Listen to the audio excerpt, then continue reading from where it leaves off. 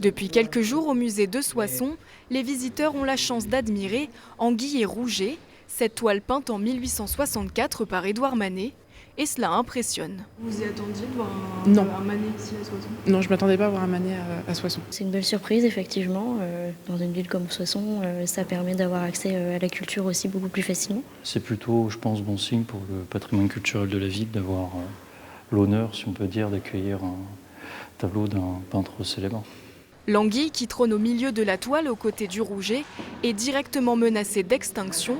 Son nombre a considérablement baissé dans les rivières locales ces dernières années. L'objectif pour le musée est simple, faire comprendre les enjeux environnementaux à travers l'art.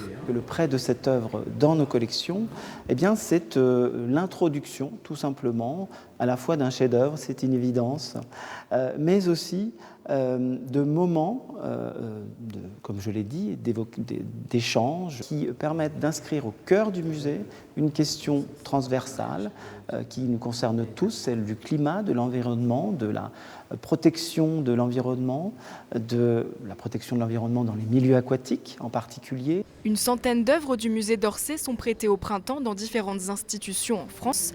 Être sélectionné pour accueillir un tel chef-d'œuvre représente une grande fierté pour la mairie.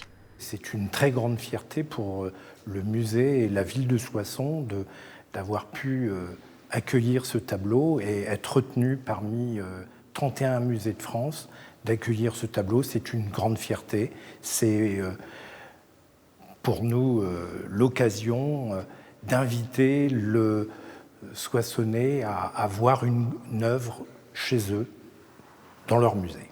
Un paysage de Camille Pissarro est également prêté au musée Antoine Lécuyer de Saint-Quentin.